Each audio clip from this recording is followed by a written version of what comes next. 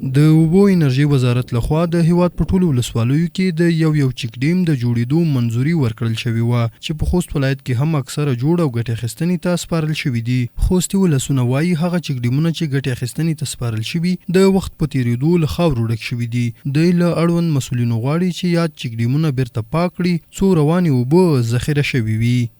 پیدا خو دغه د ډیم خپله لیدلی دی، مونږ کلي کې دی مخته جوړ وه صحیح وه، مونږ دا رکیونه وو چې بیخي اوبه نه اچګولې وچ شوي وو، د هغې نه دغه ډیم چې ولګېدو صحیح د مونږ اوبه کې اوبه جګه شوې، پټې ونه هر څه صحیح شوه.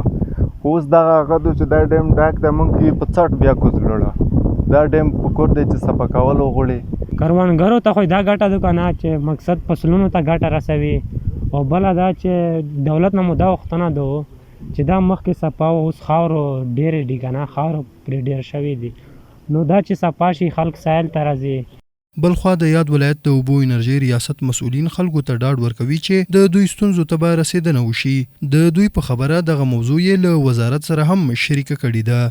خوست ولایت کې تقریبا 11 چک ډیمونه جوړ شوي دي، یو په ذخیروي بند باندې کار شروع ده، او په 2 ولسوالیو کې د چک ډیمو په بدیل باندې موږ استنادي دیوالونه د امارت اسلامي په لګښت باندې شروع دي. د هغه چک ډیمونه اوس یا ځینې چې دي په شوي مات تخریب سره مخ دي یا ځینې ډک شوي دي.